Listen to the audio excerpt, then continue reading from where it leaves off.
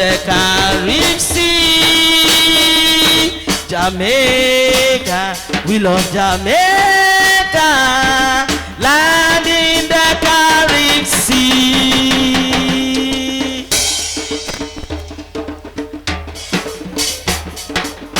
Okay, let's rock it together. Rock it, Nadine.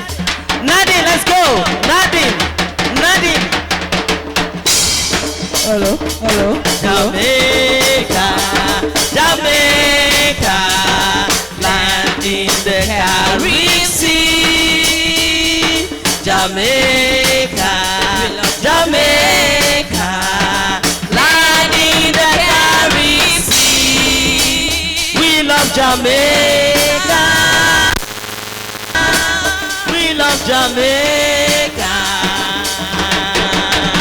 We love Jamaica. Right, Mom? Nadine Charles. Nadine is here. Mothers, please join Nadine on the dance floor. This is the way we do it in Jamaica. Jamaica, Jamaica, land in the Caribbean Sea. Jamaica, Jamaica, land in the Caribbean Sea.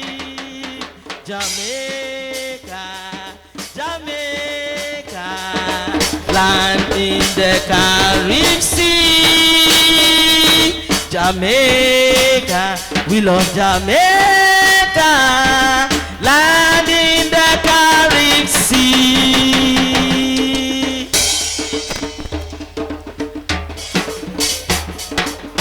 Okay, let's rock it together.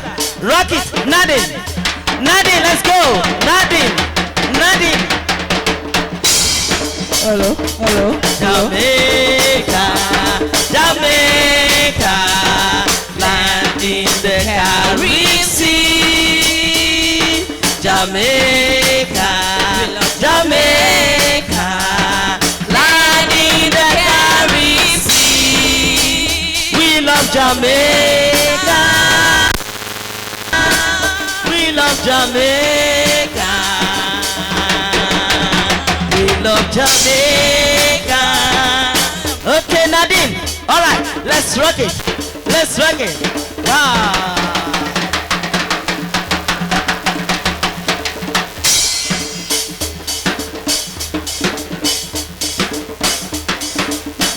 Can you see?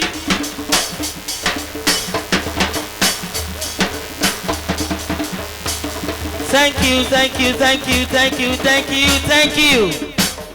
A round of applause for the bride mom. Hey, Jabba, mi pàtẹ́wọ́ fún ìyá ìyàwó. A round of.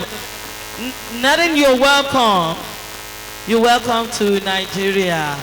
Are you the bride mom? How happy are you today? I'm very happy. Thank you guys, for showing up, and thank you for embracing me in your culture. What we did is a little close to your culture. What we just did is it a little close to your culture. Yes, it is. Similar the same. We have the drum. Similar the same. Ẹ dákun ẹ bá ń pàtẹ́wọ́ fún wọn.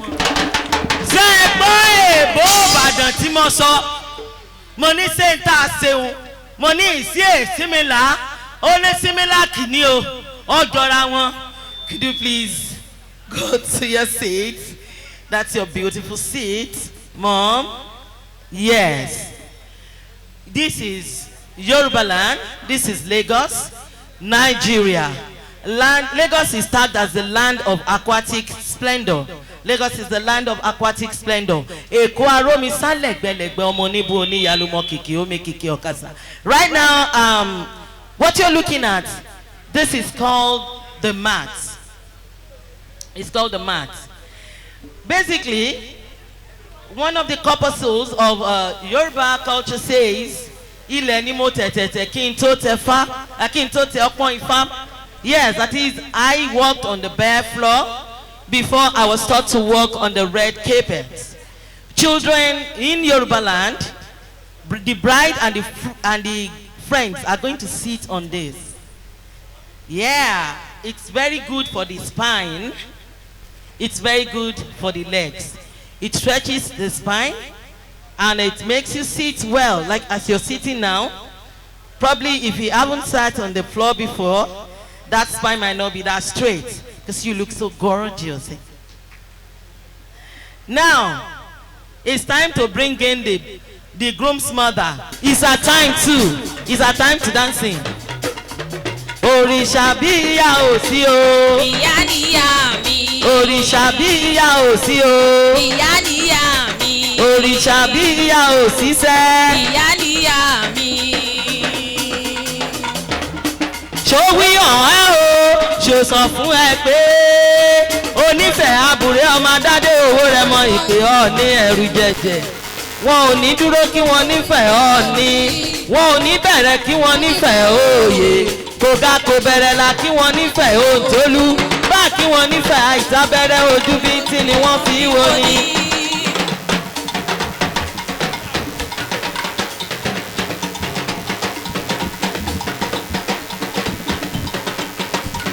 Ìyá ìyá o, ìyá.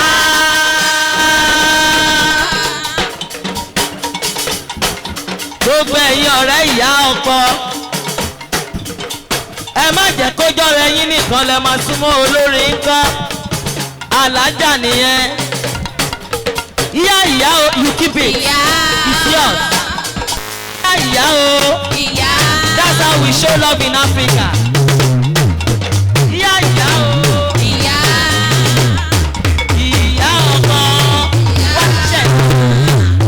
Ìyá ìyá o. Ìyá. Ṣé ti rá wọn mọ́ mi? Alájà lè léyìí.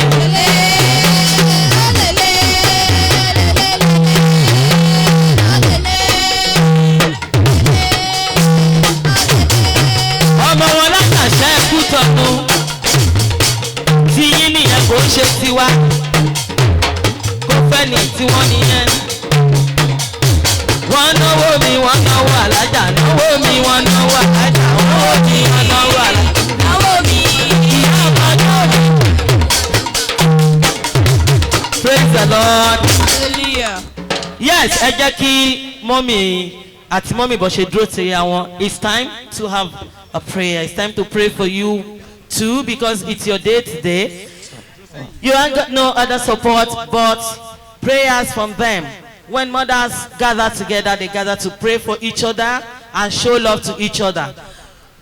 Just turn to this side and see how massive people turn out for you. They love you. Yes. Just let's stretch forth our hands to bless these two mothers. It's their day. These two mothers, that they will be friends forever. They will love each other. Their children will give them joy. And that the two of them will work together assiduously towards perfection, towards the blessing of this marriage that they are about to consummate on Saturday. In Jesus' mighty name we pray. Amen. Amen. Amen. In Jesus' name. Let's have a seat. The two of you. A round of applause for the two of them as they go to their seat. Yes. So if I'm going to do any Oriki for you, probably it's going to be Oriki of Jamaica. Land in the Caribbean, between the Caribbean seas. That's it. Jamaicans are lovely people. Jamaicans have banana. They have yams. They eat like we do, but they don't get no pounded yam. So, hey mama, you're about to witness another one. Ìfẹ́ bí èjì òwúrọ̀ látàgbàlá Elédùmarè ló ti ṣẹ̀ wá. Ìfẹ́ tó kòrò níní sábà wọn ayé kan ò lè bàjẹ́ o. Olólùfẹ́ fẹ́ràn mi láì ṣẹ̀tàn. Fẹ́mi bí èjì ti ń fẹ́, fẹ́mi bí èjì ti ń fẹ́ mi. Fẹ́mi fẹ́mi tọkàntọkàn, fẹ́mi tààràtààrà. Olólùfẹ́ fẹ́ràn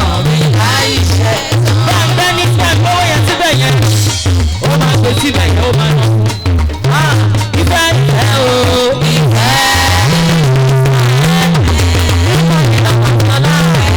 Ìfẹ́ ayé o ìfẹ́ ayé o ìfẹ́ ayé o ìfẹ́ ayé o ìfẹ́ ayé o ìfẹ́ ayé o ìfẹ́ ayé o ọ̀rọ̀ ìfẹ́ dùn ó ọ̀rọ̀ ìfẹ́ dùn ó.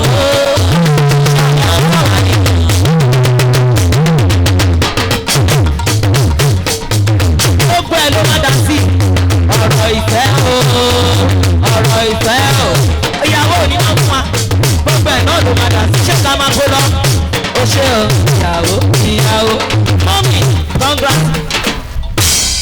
Ẹ jọ̀ọ́ gbogbo èèyàn ẹ bá mi sọ pé congratulations. Congratulations, ma. We did this some years back and they're still together, which is a testament to say that your children's marriage will last because they are still together. We did this about, I think, 3 years ago, right? And they are still together, much in love, which says that yours will be more, theirs will be more, and they will stay together till eternity, till the Lord permits them to stay on the planet Earth. It's time to bring out the bride and her friends.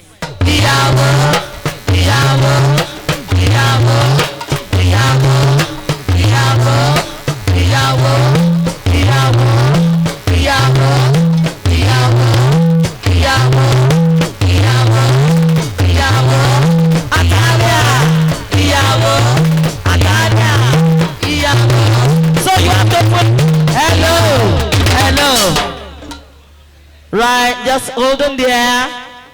Could you please step back a little, just a little? This, what you're seeing, what is this? Can you give me the name of this thing you're seeing on the floor? Mat. The mat. Glory. That's splendid. You have it over there. This is called Eni Ore. Eni Ore. And it's one of the most expensive, as in if you're not rich, you cannot have this in those days. So Eni Ore, and in yorubaland you can only step on it barefooted. Can we just do that? All right, let's do it. Barefooted, barefooted, barefooted, barefooted, barefooted, barefooted,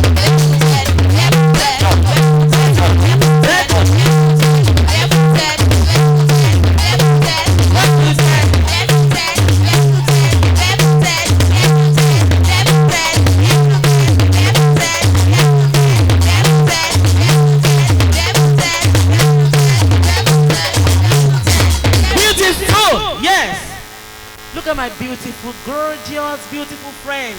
Say ho! So, whose friend is this? Atalia. Atalia. Whose friend is this? Whose friend is this?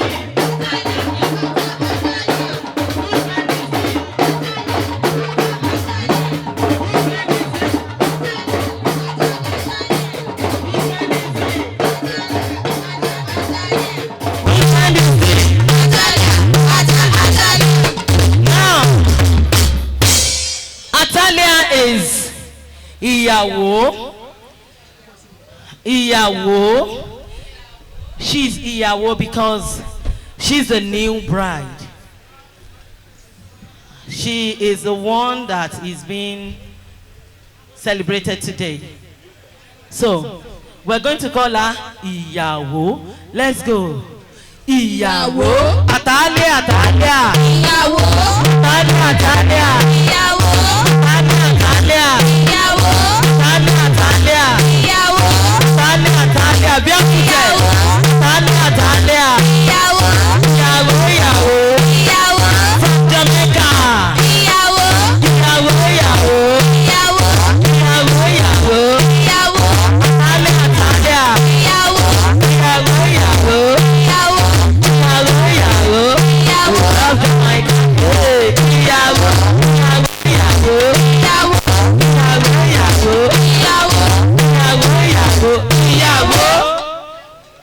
Mommy, please come to this side, please, so that they can see her there. Let's just split a little. Yes, mommy says you're beautiful. Can you see the bride from here? Daddy Sherry yawo láti bí. Sherry láti bí. Ṣé kò fine? Ó pọ̀ gan, ó fine gan. All right, fún mi ní jomoro. Ìwọ náà fẹ́ lu moro alákòóbá. Ó fẹ́ jẹ́ kéyìn ìyá lọ yọ ibi tí mo ti ń jomoro. Kí gèlè lọ sí. Okay now. All right, mommy. Gbogbo ọ̀rẹ́ mommy pátápátá. Mom, it's your time. Arise. Walk majestically. You remember that day? The day you were feeling that pain of motherhood, the labor time. That time, you can imagine it. Now, she's grown. This is your joy. I want you, see, this is an appreciation to God over our life. You start with that. Yes, so this thing is here. You're going to appreciate her here with money first before going to her. Go and get money. Ma fesibe 1,000 ne. 1,000 ne. Plenty. Everything you're putting. You understand? Wait. What's her name? Atalia. Yeah.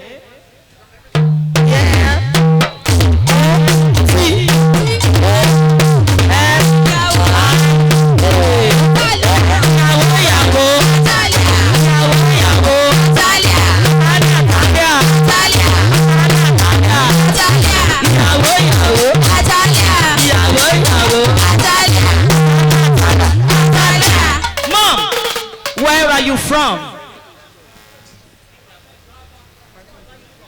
I'm from Jamaica. Atalia, where are you from? Jamaica. You dance like a Yoruba lady. A round of applause for her. Yes, that's it. She dance like a Yoruba lady. Which suffice to say that if you come into Yorubaland, you're going to learn how to eat inyo, eba, rice, banana, ogede. We love you so much. Now it's time for your mother-in-law to come out and appreciate you as well. Mama inupali no le manosi. To ba se to loju yin ni. Bo ba se gberegejige to ni. Emi o ni fe ife. She's coming out to appreciate her. You want to see how she's going to spray, put it here to show that I love Atalia so much. Abu oni fe o tolu ọmọ adade o re mo. Ipe o ni eru je. Ọmọ dúró kí wọ́n nífẹ̀ẹ́ ọ ní. Ọmọ bẹ̀rẹ̀ kí wọ́n nífẹ̀ẹ́ òòrè. Kògá kò bẹ̀rẹ̀ la kí wọ́n nífẹ̀ẹ́ òòtólú. Bá kí wọ́n nífẹ̀ẹ́ ìsábẹ́rẹ́ ojú títí ni wọ́n fi wò ní. Èmi kọ́ bá nífẹ̀ẹ́ mọ́lá kú o. Ọba ló ní jẹ́ṣẹ́ fún. Àdìmúlà ló làpàlàdọ̀. Àpàlàdọ̀ ènìyàn ló múlé onífẹ̀ẹ́ wù mí kápárí apá kan ló múlé bàbá wọn sún mi lọ. Àná wọn ní Jamaica, àná wọn ní Caribsi. Àná wọn nílùú Jamaica ìlú ọlá régè ni wọ́n ń jó nílé àwọn àná rẹ̀ bí wọ́n bá jó régè tán wọ́n á jó jójó wọ́n á kùlù bọ́ọ̀dì òró lóríire ìyàwó tó fẹ́ sílé ṣèbí lóore ń tẹ́ ṣèbí lóore ń tẹ́.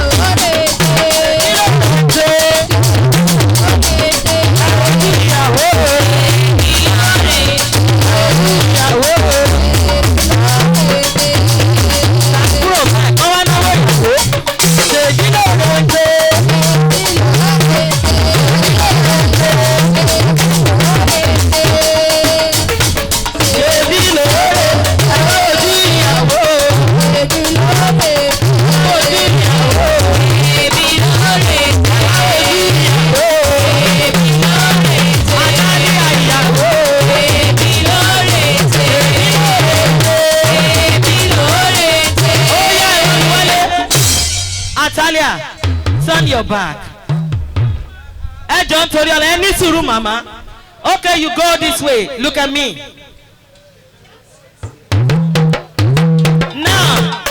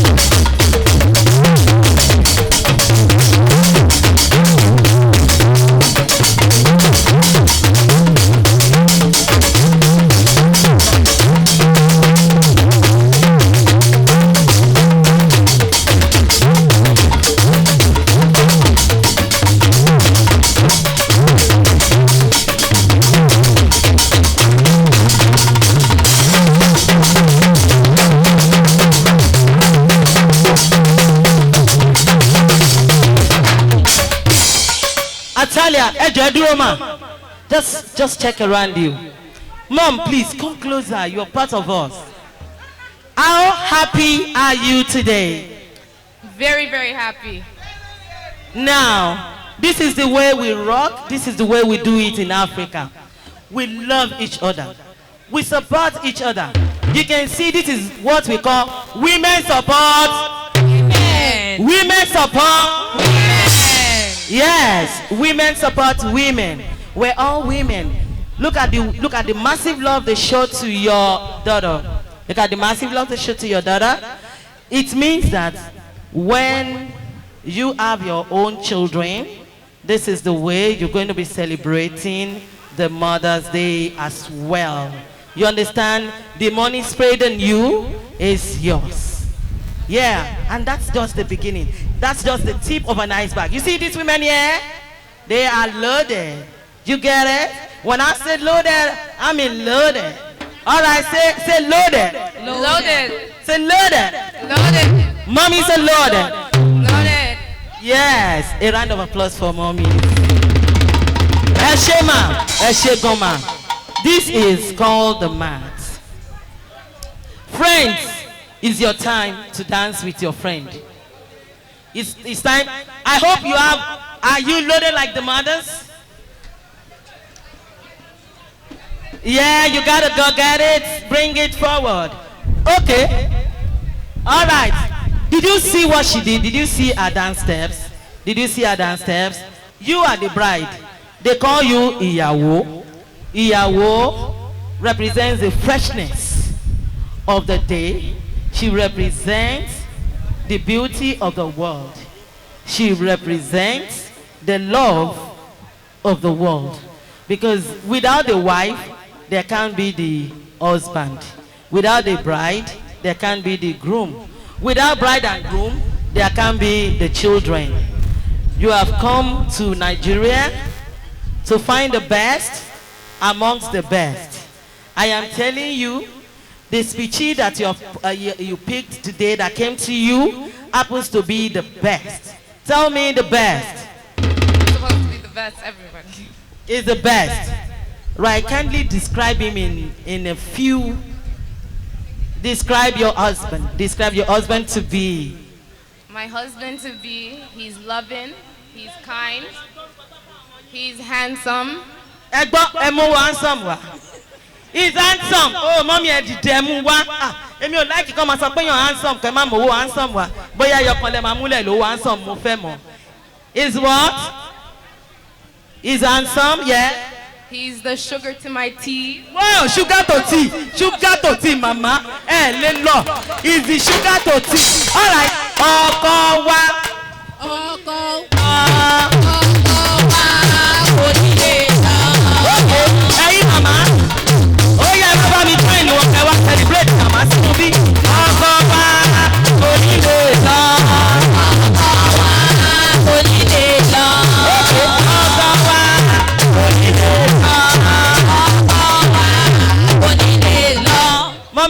ọmọ yín ẹ pẹ̀kẹ̀ ẹ tún pẹ̀kẹ̀. Now tell her how much you love her. Yeah, I love you so much. A word cannot be enough to tell you how much I love you. So much love. Thank you for coming. Thank you for joining my family. Thank you for your kindness. I love you so much. It's your time.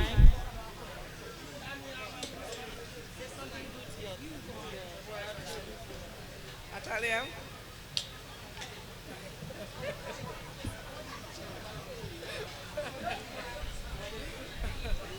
Atalia, you know you're my only daughter, only child, right?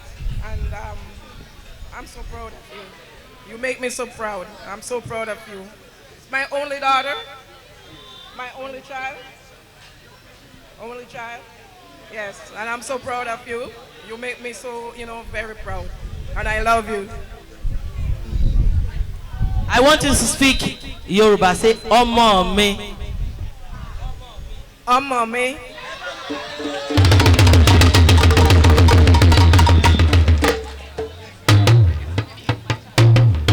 Omo mi. My child. That's it. That's it. Already we're one. Yes.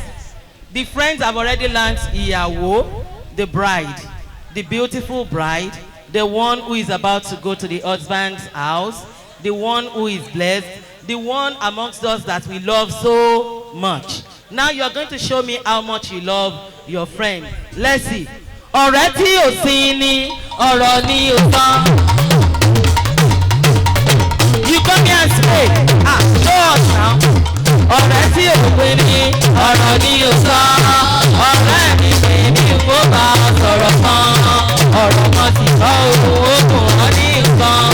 Ìlẹ̀kẹ̀ ni mo kí n tó máa ládùn lórí kàtàkàtà ló yá.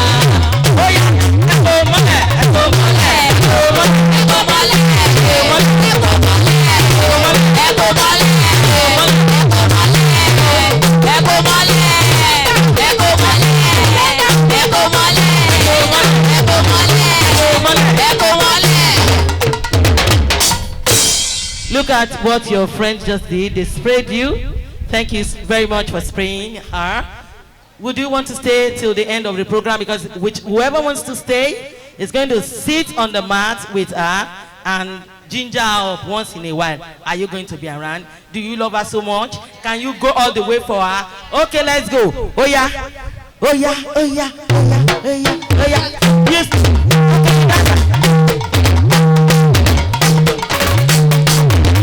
Okay, let's go. Right. This is the mat. You can sit on the mat. Hey, Joma. Yes, you're gonna sit. Sit. Yes. Ẹ̀yin ọ̀rẹ́ ìyàwó from our side, please join them. Do you do this in your place? Do you have this in your culture? Yes. Ẹ̀yin mama. Ẹ̀yin mama. Ìyàwó ti jókòó. Ẹ̀yin mama. Ìyàwó ti jókòó. Ẹ ti rí, ìyá rẹ̀ ti gbàdúrà fún, ìyá ọkọ rẹ̀ náà ti gbàdúrà fún. Ẹ̀yin mama, it's time for you to pray for the bride. These are the friends. I want you to pray for them and pray for the bride as well. Mommy, stretch forth your hands. Alájà ẹjọ́ sir. Daddy, láti bẹ̀yẹn ẹjọ́, gbogbo yín pátápátá ẹ bá mi nawọ́ yín sí àti àwọn ọ̀rẹ́ ẹ bá mi nawọ́ sí wọn bẹ́ẹ̀ yẹn kẹ́ ẹ máa gba àdúrà fún wọn. They are blessing you. They say the Lord shall bless your going out. The Lord shall bless all of you together. That's it. Shall bless your coming in.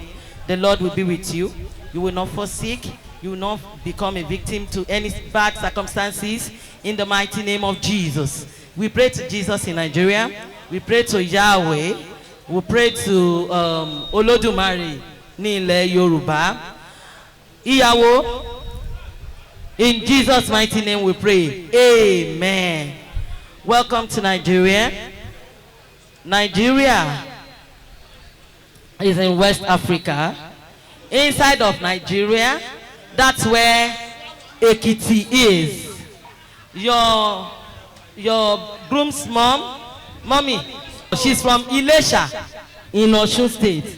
She's ọmọ onífẹ̀ àbúrẹ́ ọmọ adáde owó rẹ̀ mọ́. Èmi ò mọ̀ bóyá ọmọ ìfẹ́ wà ń bí. Ẹ̀yin ọmọ ìfẹ́ dà.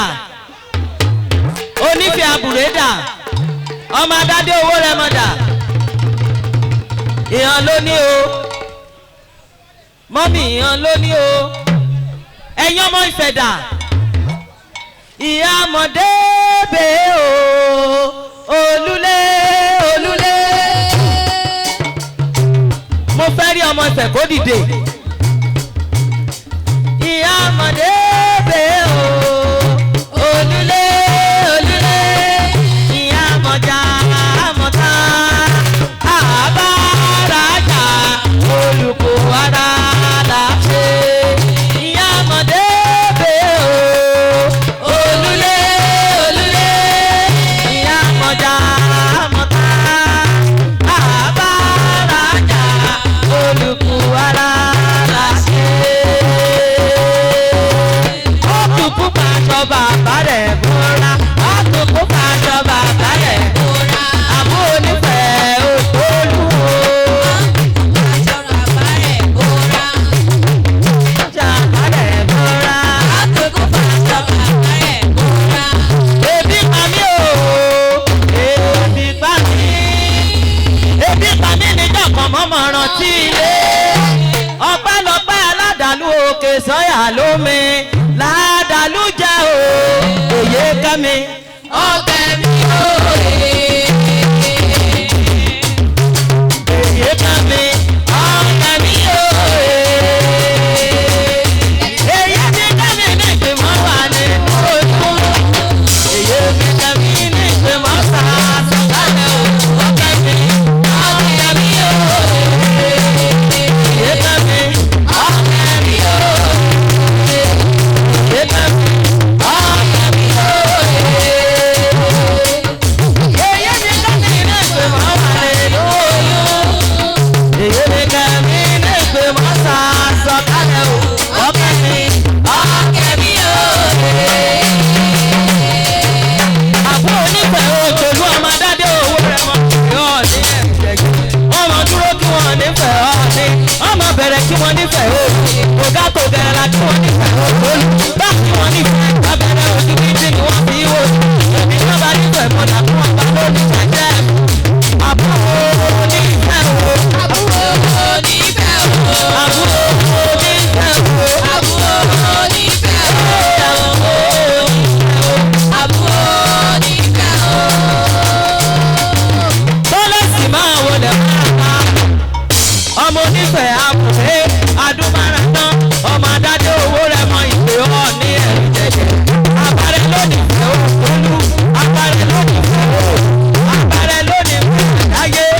Àdáyé. Ó yẹ o. Ọmọ ẹkùn o.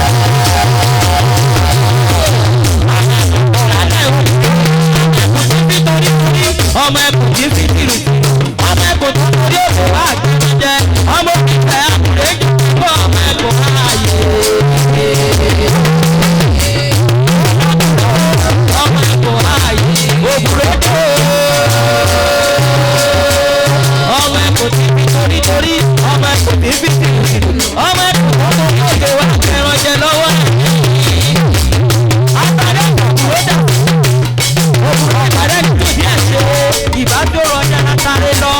Ìyàwó olóògùn ó ní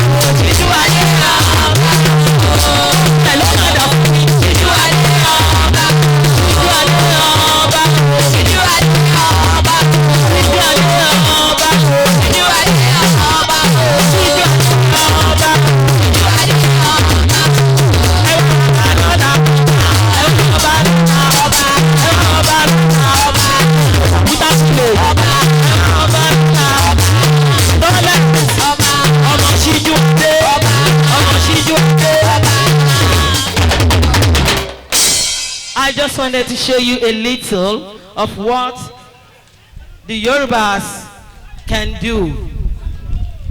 What happened here is, I just call the great forebears, that is the father of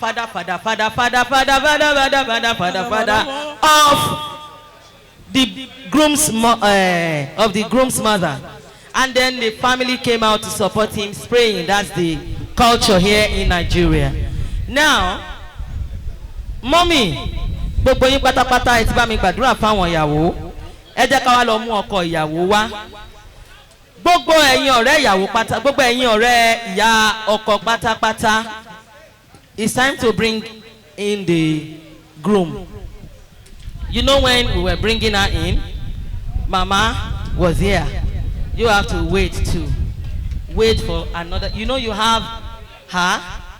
When it comes, it becomes how many in your hand? 2. And when they have many children, it becomes more for you. You will never diminish. Amen. You will continue to grow. Amen. Mommy, come out. Be expecting your child, your male child. What's his name? Odeswa. His name is Adesua. Okay. Adesua. Adesua. Femi Adesua. Can anybody tell me the groom's name? No, don't. I want to know if you're friends. What's his name? Femi. Femi. Okay. Another name? Ololuwa Femi. Ololuwa Femi. Good. You? Femi. Femi. Good. Femi. Of course, people love to call him Femi. And you know what Femi simply means? Do you know what it means? Oluwa. You have to remind me. Oluwa. Love me. Love me. That's it. So, he loves you so much. And that's why you have our Didi. This kind of hairdo is called, the kind of hair on her head is called Didi Adimole. It is only done in yorubaland. And when you do this kind of hair matting, when the hairdresser is matting your head, she is as well massaging your scalp, which allows flow and good circulation of blood into the brain and to the entire body. And the after effect is a soothing sleep. How do you feel after the Didi? I feel good, and I look good, and I feel relaxed. Do you actually love the Didi on you? Do you like it? I love it. Do you know you look like Omo Yoruba? Say Omo Yoruba. Ọmọ Yorùbá. Omo Yoruba. Ọmọ Yorùbá. Mama, it simply means Yoruba child.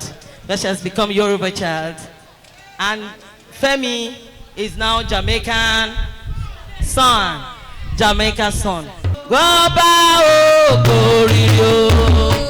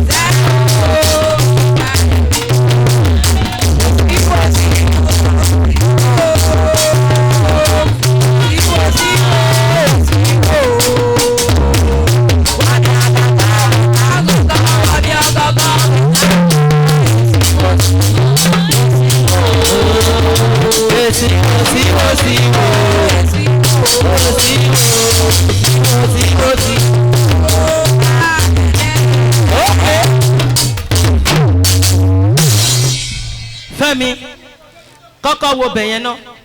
Ta ló wà lẹ́gbẹ̀ẹ́ yẹn? Màámi. Just hold on, please. Look at this place. Who is there? You are just in between two blessed mothers. You have an international mother and you got a national mom. The best in the world and the best in the world. You have two bests. Your best will never leave you. Amen. They will always be with you till the end of time. Amen. They will support you. Amen. They will be blessing you. Amen. Their prayers over you will be answered by the Almighty God. Amen. Yeah, Femi. Thank you. Mama, Eshema. From, no, ìwọ ló kọ́kọ́ máa wá. Ọwọ́ rẹ̀. Mo kàn fẹ́ mọ bí ìyàwó ẹ̀ ṣe tó. Tí n bá ti ń kì í, ọmọ Jamaican, ṣògbọ́n ni. I want to know how big you are. Big boy, one big boy. The mom, the mothers. How did you describe them? They are loaded. Mothers are loaded. So, is your husband loaded? Very loaded. Oh my God. The guy is very loaded. All right. I want to see how very, very, very, very loaded. Very, very loaded. Very, very loaded.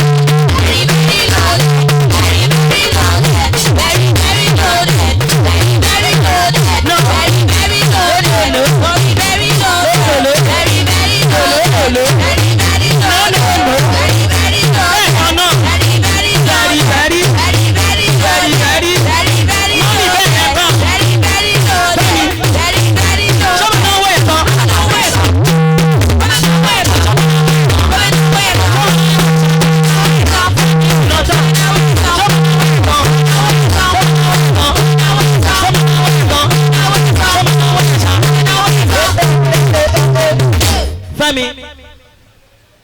Femi, look at your bride. Joe, this hairdo, how much do you think it will cost? You just guess. Guess. A lot, like how much? Like 10K? Be 5,000. 5,000. Oh yeah, be 5,000. Sibe. Mommy, oh my pay. Mommy, oh my pay. 5K, 5K, 5. No, oh my share. I just mommy FCC. But she mama. Ìyá ọkọ ẹ sọ pé 5K. 5K. 5K. 5K. Alájà 5K. 5K. Mọ́mí ẹ̀kan wẹ̀yìn wò bóyá léèyàn. Alájà máa wá san ẹjọ́ gbogbo ẹ̀yin ọ̀rẹ́ ìyá ọkọ pátápátá 5,000 naira ṣẹ́ wà ń bẹ̀. Ṣé ìdúró ìwà ń lé? Ókè ṣe láyà. Ọláyà. Alright ẹ máa bọ̀ 5K náà pérún. Irun orí ìyàwó. Èèyàn mélòó ló lè kó 5K sílẹ̀ jẹ́ ká máa wò ó. Mọ́mí ẹ jẹ́ kí n wò ó. Mélòó ni ṣó pé 5K? Oh God. Ṣó pé 5K? 5K. Ṣó pé 5K? 5K. Say 5K. 5K. 5K. 5K. 5K. Mọ́mí ẹ̀yin kọ́ ya 5K. Ẹ ti fi sí. Ọ̀rẹ́ ìyá ọkọ mi dà. 5K. All right, mommy, 5K. 5K. 5K. 1, 2, 3, 4, 5, 6, 7. Okay. Ọkọ ìyàwó. Ó yá máa bọ̀. Mọ́mì tí ń bọ̀. Ó yá mọ́mì. Ẹ jẹ́ kí mọ́mì kọjá. Ẹ kúrò lọ́nà 5K. 5K ní péré. 5K. Be counting it. 5K.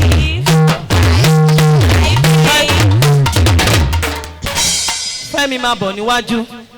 Máa bọ̀ step forward. Oh my God. Kò gbọ́ Yorùbá. Àmú máa ṣe nǹkan lé ní o. Báwo ni o fẹ́ sọ òyìnbó? Please step forward. Come closer to her. No. Look at your beautiful bride. No. Má gbowó sí. Fẹ́mi mi fẹ́ kó ṣe wàhálà púpọ̀. I don't want to stress you no more. Oh yeah, just touch the hair. Describe it.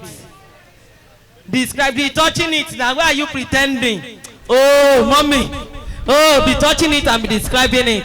Ọwọ́ méjèèjì ni wàá máa spray owó fún.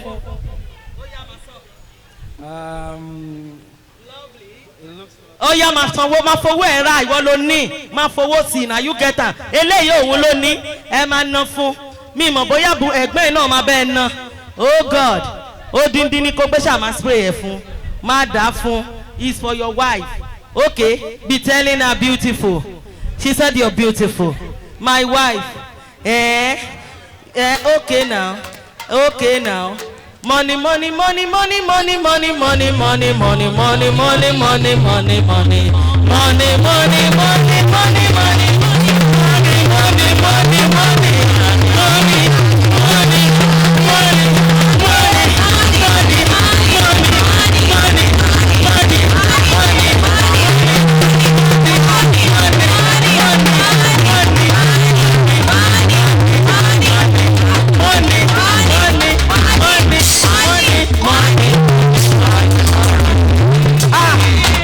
so fine gan. So fine.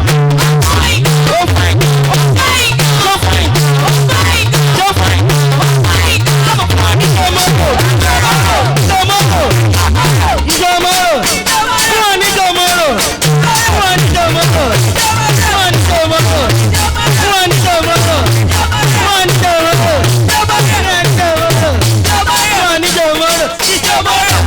All right.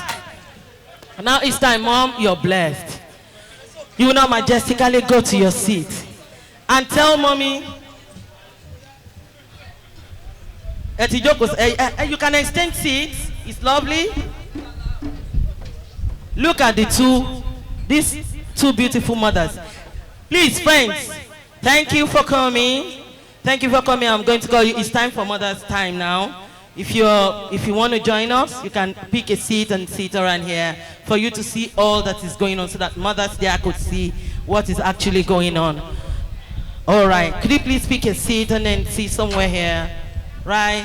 It's been recorded today that you sat on a mat in the Federal Republic of Nigeria, precisely Lagos.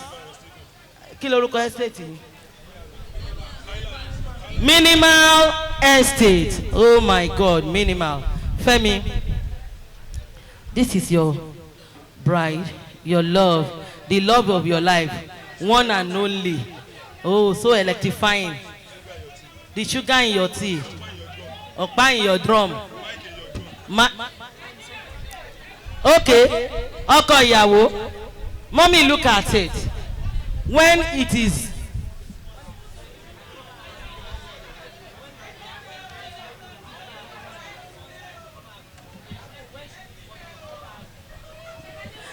Mama, I want to ask him a question. Femi, if it is raining and the two of you are in the rain, what are you going to do? You have an umbrella. Ma bo pẹ̀lú umbrella. Ó fi èdè Ifẹ̀ sọ yìí máa bò pẹ̀lú umbrella. He said if it is raining, it's going to lift you up now. When it's time, when she needs money for business, how are you going to lift her business? Now lift her up. I will lift her up monetarily. Mommy, tell her that may God help you. May God help you. May God help you. Oh yeah, ẹ̀yin méjèèjì wá jókòó. Now sit beside her. Take her to the seat. Take her to the seat. Then you sit. This same seat. Yes. You have to remove your slippers as well, please. Kindly do that. This is any ore for that matter. Made in Ilesha. Okay, take her to sit. Pet her and tell her I love you so much. From the hand of, tell her thank you for accepting my culture. You didn't allow Mommy to see you. What did you just say to her? Thank you for accepting my culture. Thank you for accepting my culture. Okay, you sit beside her so that she knows that it's not a punishment for her to sit on the mat. Gbogbo ẹ̀yin mama, I hope you are ready. Mommy Alaja, ṣé ti ṣetán bẹ́ẹ̀ yẹn? Ẹ ti ṣetán? Nǹkan tá wá ṣe ń bíbà ìgangan lénìí. Òun ni dáàdì ẹ ti ṣetán sà. Láti ọ̀dọ̀ gbogbo ẹ̀yin bàbá tẹ wá ń bí. Mo fẹ́ kẹ́ wá bá Fẹ́mi dúpẹ́. Kẹ́ wá tún fún ní a piece of advice. If you are a man and you are here, could you please be upstanding? Ẹ jọ̀ọ́. Nítorí Ọlọ́run kí ọba jẹ́ ọkùnrin. Ọkùnrin tó ní irùngbọ̀n. Ọkùnrin gidi. tó jẹ́ wípé tí ó bá fẹ́ Àríkẹ́ ó máa kẹ́ délẹ̀ ní tó bá fẹ́ Àjọkẹ́ ó máa jọ báyìí lọ́wọ́ òkè á tún kẹ́ délẹ̀ nísàlẹ̀ ó yá ẹ dìde lórí ẹsẹ̀ yín àfi tí ò bá lè ṣe nìkan ni ò ní dìde ó ń bọ̀ wá náwó ó yá dádì ẹni tó wá fẹ́ Àbẹ̀bí á máa bẹ́ẹ̀ á máa rọ̀ ọ́ á máa tẹ̀ ẹ́ á máa ṣe é àṣà mọ́mí ẹ̀ láìkì kìíní ó ga fún yín ókè ó ga fún yín gan ọmọ wọn ládàṣẹ ẹkú tọ́nu mò ń bọ̀ níbẹ̀ yẹn all right daddies please come out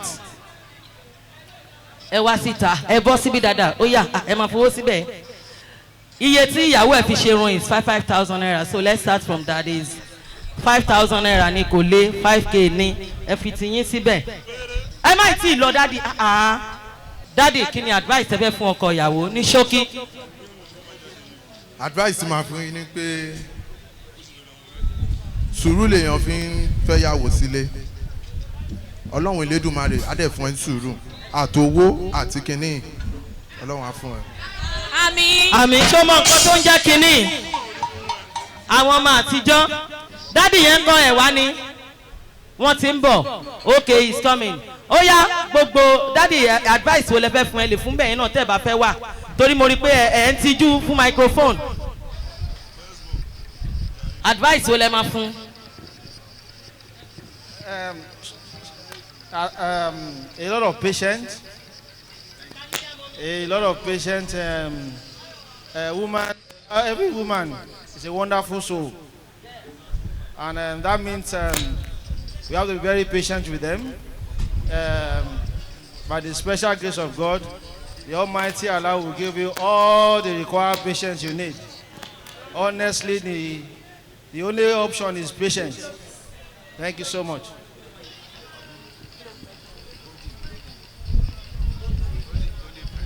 Golden friends ó yẹ ẹ bá máa dìde lórí ẹsẹ̀ yín gbogbo yín ni o lẹ́ẹ̀kan ẹ̀ ń jẹun lọ́wọ́ ẹ jẹ́ gbogbo mọ́mì àsìkò yẹn rèé o nǹkan tá a wá ṣe gangan ní golden friends there is no one like mother ẹgbẹ́ bọ́ọ̀sì yín dání ni o ẹ ń bọ̀ wá náwó ọmọ lélẹ́yìí there is no one like mother to me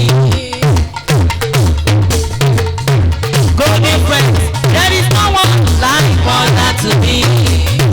No matter how poor she may be, I travel over land, I travel overseas. No one like mother to me. There is no one like mother to me. Sherry,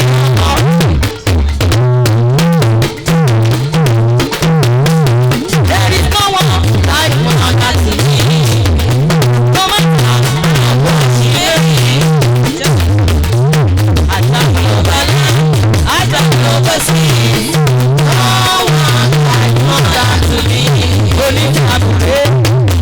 wà á jẹ́ wọn mọ́ o.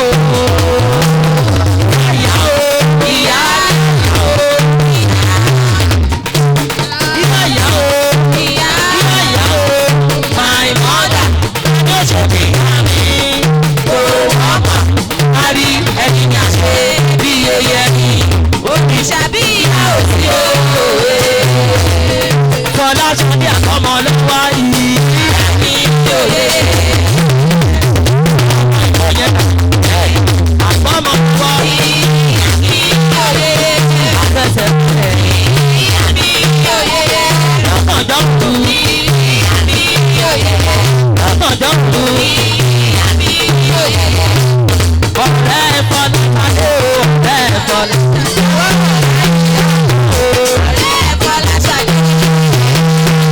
ẹ wá bọ̀ rẹ́.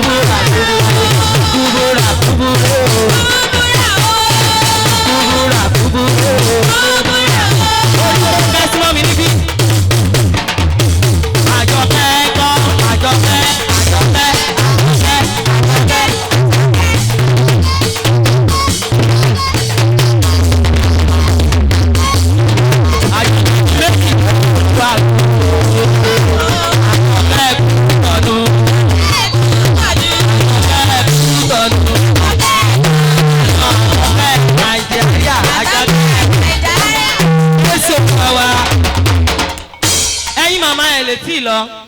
This is Yoruba. And in Yorubaland, we have culture, we have tradition. And this is just a part of it.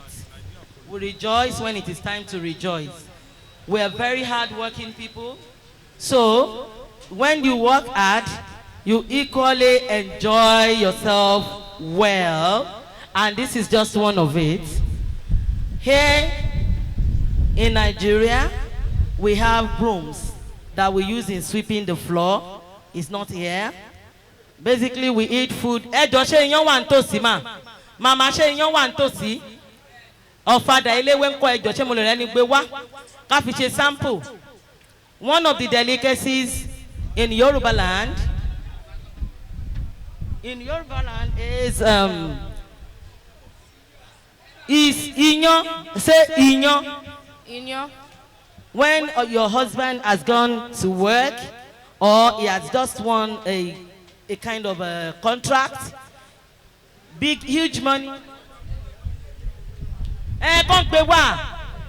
Eléwé náà ni anything. Tó bá rí kàn gbé wá. Excuse me, Atalia.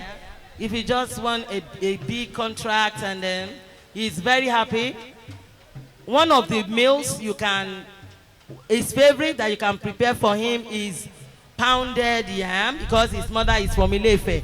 I know the mother would have given him so much of that, and he would love it too. Ẹjọ́ ṣé oúnjẹ yẹn wà nítòsí? Ẹgbẹ́ kan wá any one of it. Ẹ kọ́kọ́ gbé wá ná. Kọ́kọ́ gbé alákọ̀ọ́kọ́ wá kárí. Iyán. Ẹ dáhùn náà ẹ máa gbé bọ̀. Ẹjọ́ ìmí ìkó tẹ̀lé. Ẹ máa gbé yán bọ̀ ká fi yán hàn ná. Okay. You know what this is? Please unwrap it. Let's see.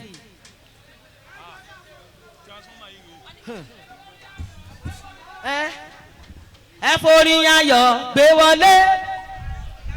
Ẹ forí ayọ̀ gbé wọlé.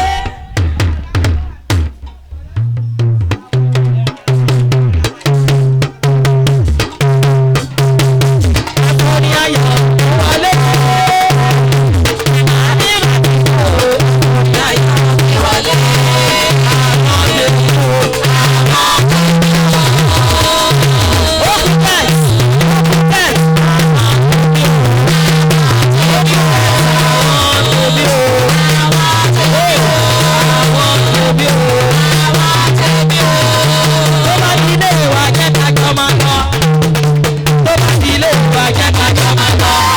Ẹnìkan ò lè lé mi ní yàrá àjíbọ́lá.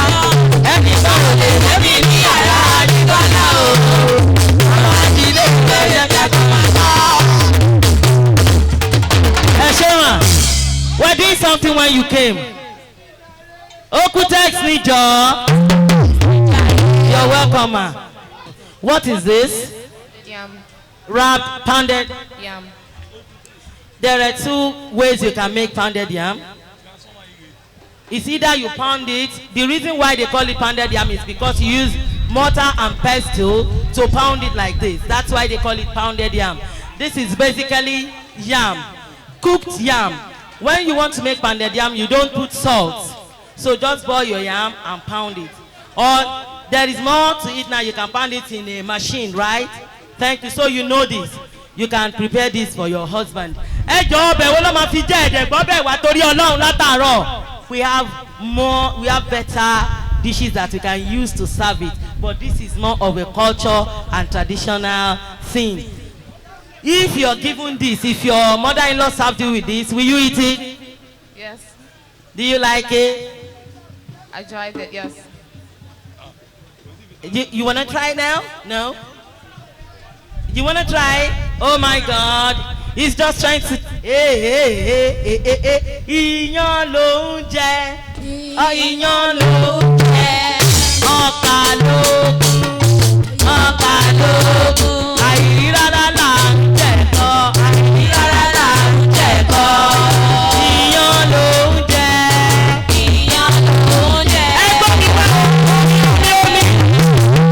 Wọ́tà. Iyán ló ń jẹ. Iyán ló ń jẹ. Ọkà lógún. Ọkà lógún.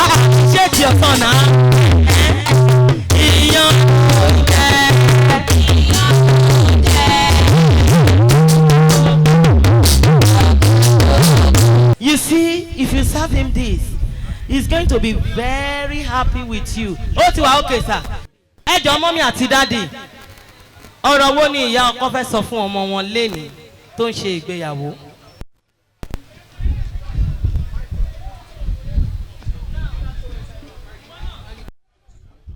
Mọ́mí ẹ̀ máa wò bọ́mọ yín ṣe máa appreciate ìyàwó ẹ̀ lẹ́yìn tó jẹun tán. Fẹ́mi fẹ́ràn ìyàwó ẹ̀ kan ó dẹ̀ máa sọ fún pé thank you my love. Ó máa sọ̀rọ̀ tútù fún, ó máa gbàdúrà fún Fẹ́mi. Fẹ́mi. Oh God. Mọ́mí iṣẹ́ ẹ̀ rí bí àwọn ṣe ń tọ́jú ọkọ ẹ̀ ṣe bí wọn náà ṣe okay. Ó tún sọ pé ṣó dùn. Ó ní ṣó dùn. Ṣó dùn.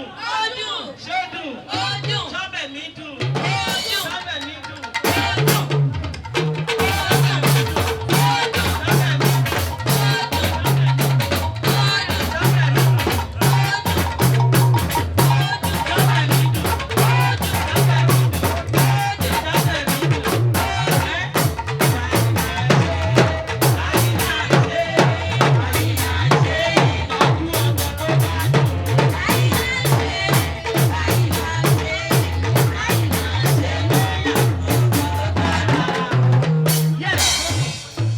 Look at the way she's taking care of your son. Mama, the two of them will be your children till eternity. And mommy too will enjoy them. Mommy, please come forward too. Hold your hands, mom. Hold your hands, face each other. I want you two to begin to bless them. We bless your home. We do this. Gbogbo ẹ̀yin mama, ẹni tó bá fẹ́ ìyá ìyàwó àti ìyá ọkọ ẹ súnmọ́ bí ẹ wá bá wọn gba àdúrà yìí. Mọ́mí ẹ support wọn ẹ dúró. Mo trust alájà Kubra náà like wọn. Okutex náà fẹ́ràn wọn. Àǹtí Ìbàdàn náà fẹ́ràn wọn. Ẹ máa wá àwọn èèyàn gbogbo wọn ti dé. Ó yá ìbẹ̀rẹ̀ sí ni máa gba àwọn. Thank you for your goodness.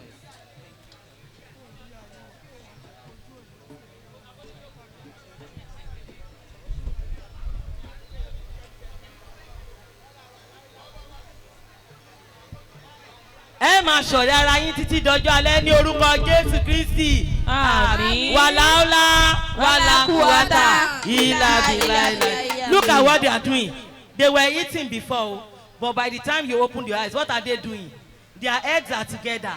That is to say, they loved each other. Mama, enjoy your life. Enjoy your life. Congratulations. Mommy àti mommy. Mommy, take her to her seat. And be telling her thank you. Be telling her thank you. Thank you. Thank you. Thank you. Thank you. Thank you. Ẹ ṣé gan. Now. Oh yeah. Yes. How about your leg? Yes. March. Just march. Do like this. Do like this. Then how you?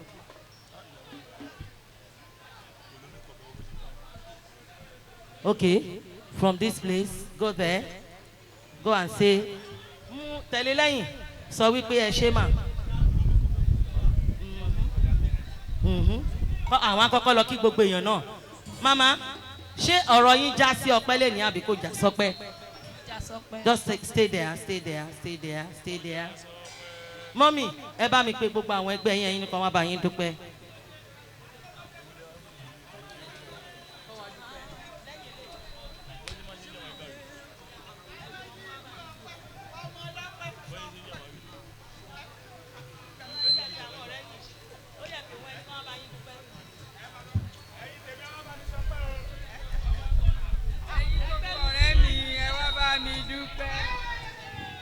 Ó yẹ lọ dó síbẹ̀ yẹn kan tó tẹ̀lé yín lẹ́yìn. Permit me to bring in team ìyá ọkọ àtẹ́wọ́dà ẹ pàtẹ́wọ́.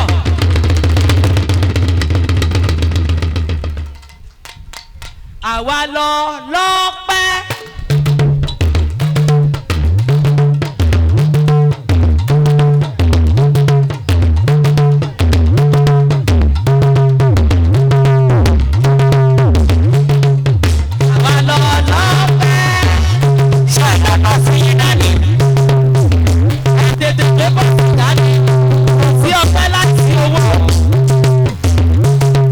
Orí mo fẹ́ ọmọ àjàṣe ìkúta ọmọ ìdání.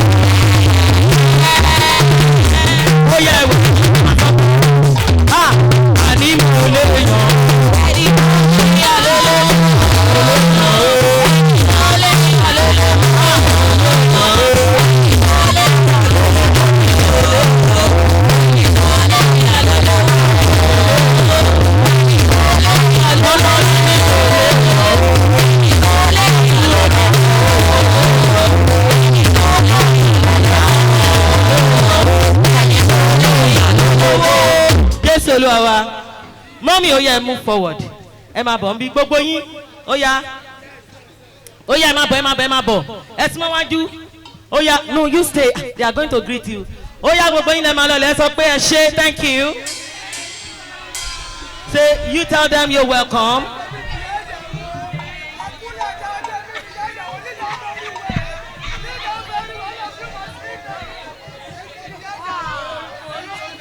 No, níwájú àná yín ẹ kàn show wípé owó wà nílé. Ṣówó wà nílẹ̀, ó wà nílẹ̀, ó wà nílẹ̀, Ó wà nílẹ̀. ó wà nílẹ̀. Ó wà nílẹ̀. Ó wà nílẹ̀. Ṣówó wà nílẹ̀. Ó wà nílẹ̀. Ó yẹ gbé wá. Ó wà nílẹ̀. Ó yẹ gbé wá. Ó wà nílẹ̀. Gbé wá. Ó wà nílẹ̀. Ṣọ́bù náwó yẹn ta. Ṣọ́bù náwó yẹn ta. Fáìn gan. Fáìn gan. Ó fáìn gan. Ó fáìn gan. Mọ́mí fáìn gan. Ó fáìn gan. Ó fáìn gan. Ó fáìn gan. Mọ́mí fáìn gan. Ó fáìn gan. Mọ́mí ẹ̀gbọ́wọ́ wa. Mọ́mí fáìn gan. Ó fáìn gan. Ó fáìn gan. Ó fáìn gan. Mọ́mí fáìn gan. Ó fáìn gan. Mọ́mí fáìn gan. Ó fáìn gan. Jésù Olúwa wa. Ní. Ẹ̀yin náà wá dúró báyìí jẹ́ káwọn náà wá kán wá kí yín. Ó yá. There is no one like mother to me. Who can see? There is no one like mother to me.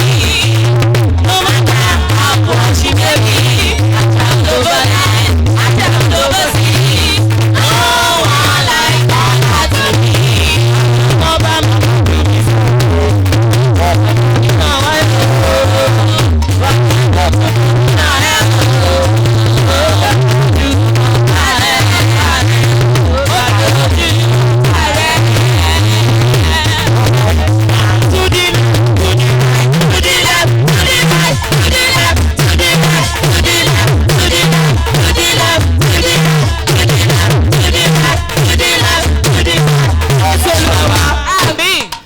turn to them, say, come rejoice with me. Ẹ máa wá bá wọn náà wọ ọpẹ́ ńsìn.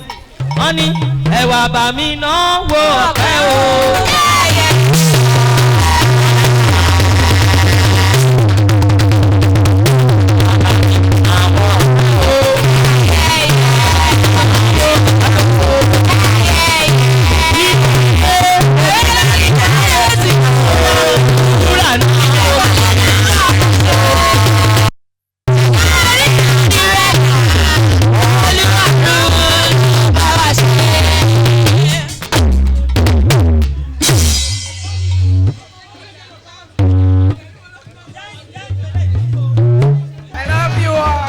I love you all. I love you all.